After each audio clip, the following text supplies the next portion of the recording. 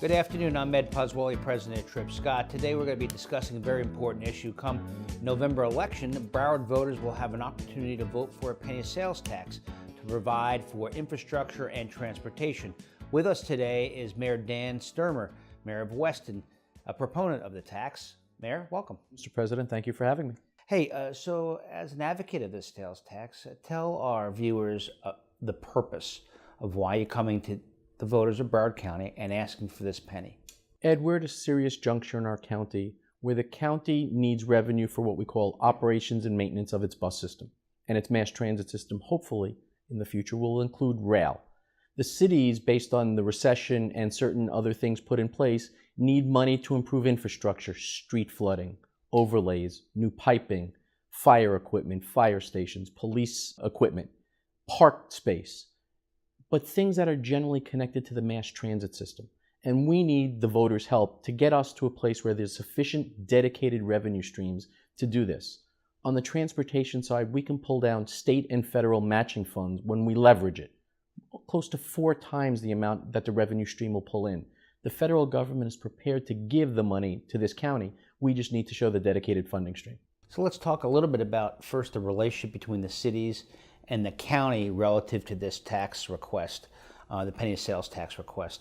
I would take it half of the money would go to the county for purposes of what? Mass transportation. Right? And then the other half goes to the cities for their particular infrastructure needs. Correct. Distributed by population. Okay. To a city like my city, in year 1, it's going to be roughly over $5 million. And there's a projection chart that says what a city will get year 1, which would start January. First increment would probably be February of 17.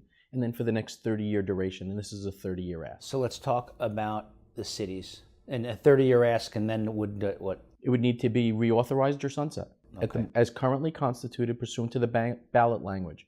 And there's 2 separate ballot questions, and both must pass, one for transportation and one for infrastructure, but it specifically is a 30-year ask. So that's an important point. So first of all, it's a 30-year ask, and it goes away unless it's reauthorized. Correct.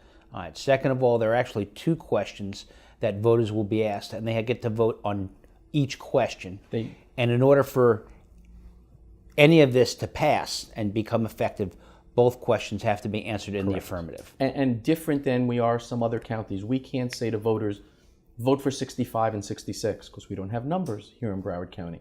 So we are working with the supervisor to ensure that the ballot setup has the 2 questions together next to each other.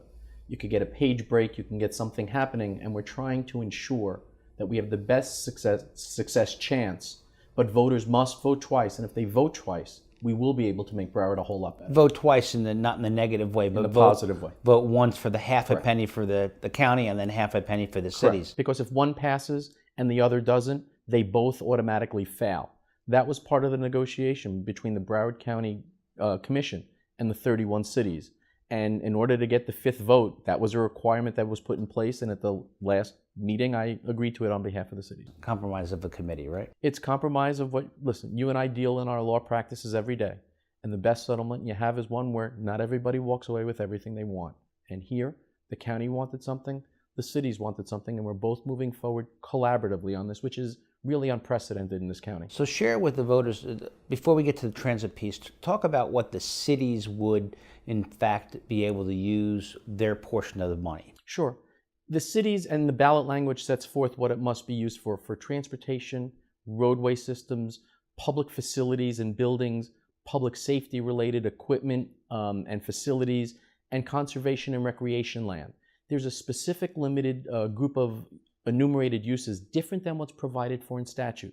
The statutory allowance is much longer than this, and if it's not in the ballot language, they can't use it. On the education website, which is a pennyatwork.com, it lists every city's project now with an interactive map so you can see each project, and then it breaks it down by city. So you can see a project A here in the city of Fort Lauderdale, let's say a project outside your window.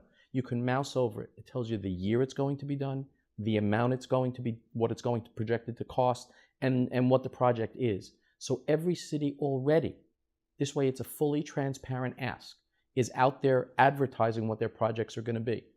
Would I be silly enough to say there aren't going to be more projects that come online in the out years? Absolutely.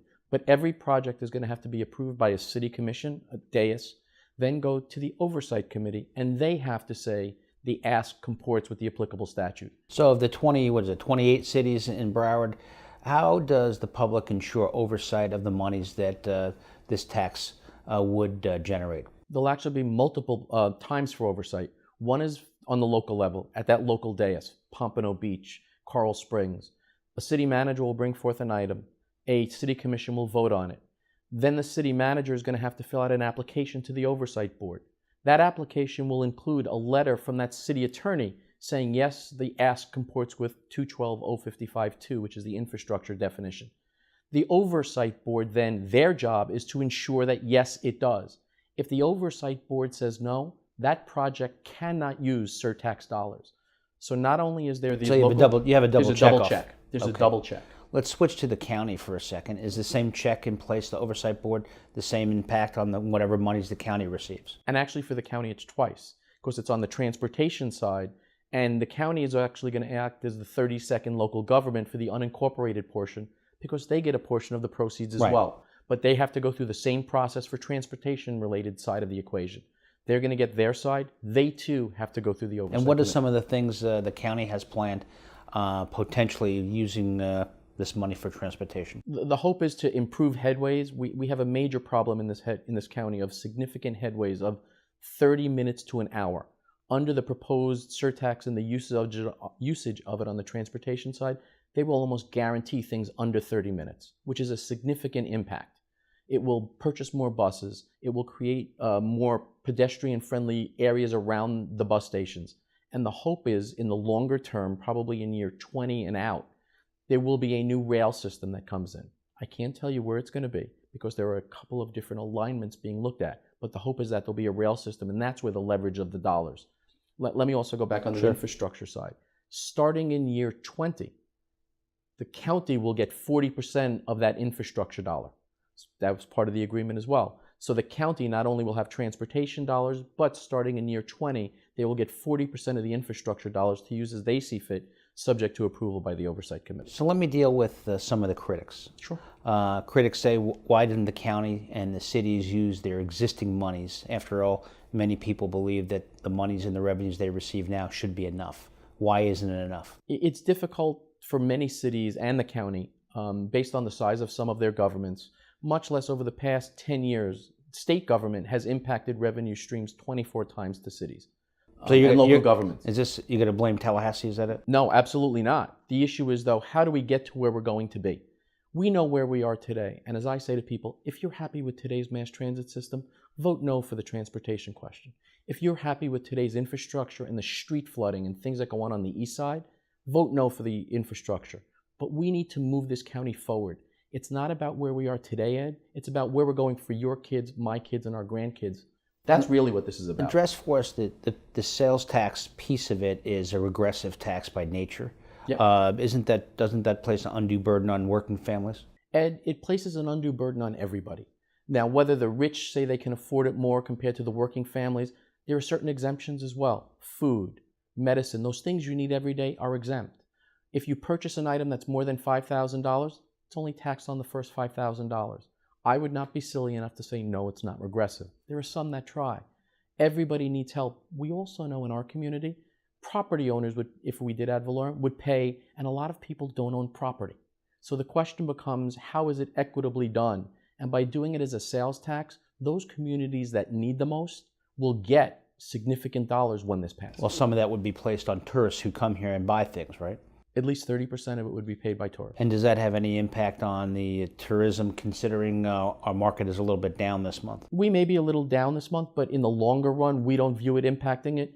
We view when you put together the WAVE program that's coming in the future, or in the future when you can get from the airport or the seaport out to the Sawgrass Mills Mall by train and never have to get in a car, that's a positive for our community. It'll reduce congestion on our roadways, make the experience of visiting Broward County better, and that really will make us into the vibrant community we can become. The question I have, though, is when does that end? So the point is that you can justify, based upon the arguments, you can justify just about anything that has some good public purpose. It's hard to argue about, motherhood at apple pie. I mean, these are transportation and infrastructure. But when does it end when the government stops asking for like a penny sales tax? I think you know because you've been involved in local government long enough. We're at 6% on a sales tax, which is actually on the lower side in our state. And we haven't asked for an increase in the sales tax that's passed in years. Every government needs to review how it does its budget. And as you know, we're now in the middle of budget passing season here because the fiscal year ends for governments on October 1st. Everybody's reviewing their budget now. And everybody has to figure out about their future, where they're going. And for us as a community, this is a community decision. We just got it on the ballot. Now it's up to the voters and they have to decide. We're trying to convince voters, yes, they need this, without necessarily growing their government. We're trying to figure out, do there need to be some changes in how certain governments operate? I would not be silly enough to say no. There are. The question is, how do we do it the right way? Okay. And so with that, Dan, I appreciate your time, and I very much want to make sure that our voters are fully informed. This is an important local issue. Thank you for your leadership on this issue. And thank you for your time and the opportunity, Ed. Appreciate it. Appreciate it.